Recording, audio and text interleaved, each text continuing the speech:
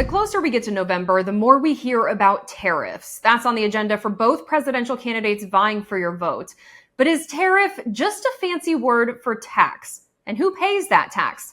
We're going to get into that. First, tariffs were a cornerstone of former President Donald Trump's economic policy. And since taking office, President Joe Biden has not only kept Trump's import tariffs in place, he's been adding on, particularly with targeted tariffs on China. The Right of Center Tax Foundation recently tallied up that more trade war tariffs have been collected under Biden than Trump, with the vast majority of revenue coming from Chinese imports. Meanwhile, if elected to a second term, Trump has some interesting thoughts on expanding his tariffs. We've got a flat tariff on all imports. When companies come in and they dump their products in the United States, they should pay automatically, let's say, a 10% tax. That money would be used to pay off debt. It's a massive amount of money. And behind closed doors this month, Trump proposed replacing the income tax with tariffs. According to Investopedia, a tariff is a tax imposed by one country on the goods and services imported from another country. Governments impose tariffs to raise revenue, protect domestic industries, or exert political leverage over another country. Both Biden and Trump insist tariffs are not a tax on Americans. Here's the Biden administration after introducing new tariffs. When Trump hiked tariffs on Chinese goods, it led to some increased prices for U.S. customers. How can you be sure the same thing won't happen again? First of all, I think that link in terms of tariffs to prices has been largely debunked. While a Republican National Committee spokesperson told Bloomberg the notion that tariffs are a tax on U.S. consumers is a lie pushed by outsourcers and the Chinese Communist Party. Debunked and doing the CCP's bidding.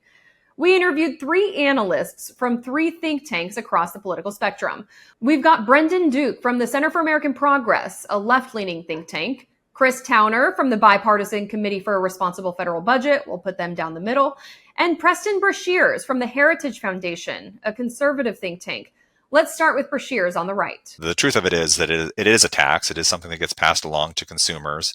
And in some cases, it's going to be something that's passed along to producers here in the United States when they're buying products from overseas.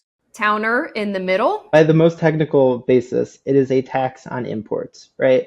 It is to try to discourage buying imports or to raise the cost of imports.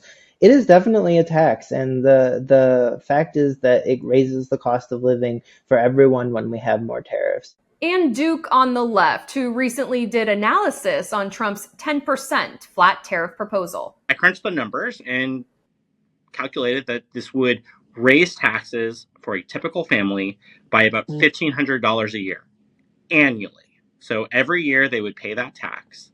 And I think a really key thing is that they would pay that tax on imported products that we don't produce in the United States. Now, before dismissing Duke's analysis as being partisan, the centrist Peterson Institute for International Economics placed a higher price tag on Trump's 10% tariff proposal, saying it would cost the typical American family $1,700 per year. Combine the income benefits from extending Trump's tax cuts with 2 of his tariff proposals, the 10% flat tax and 60% tariffs on China. The Peterson Institute says the bottom 80% of households would experience a net loss in income. We have these taxes that are based on people's incomes. This is based on people's spending, and we know that low and middle income people spend a larger share of their income, while higher income people actually spend a very small share. There are folks on the left who are really trying to make this about this is a cost of living increase.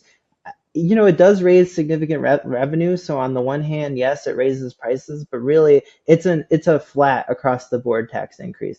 Anytime you're going to be adding to taxes, as an organization that believes in lower taxes and free trade, it is a question mark as to exactly how we're going to go about doing that. The Tax Foundation says despite higher costs to Americans, both the Trump campaign and Biden administration continue to defend trade war tariffs.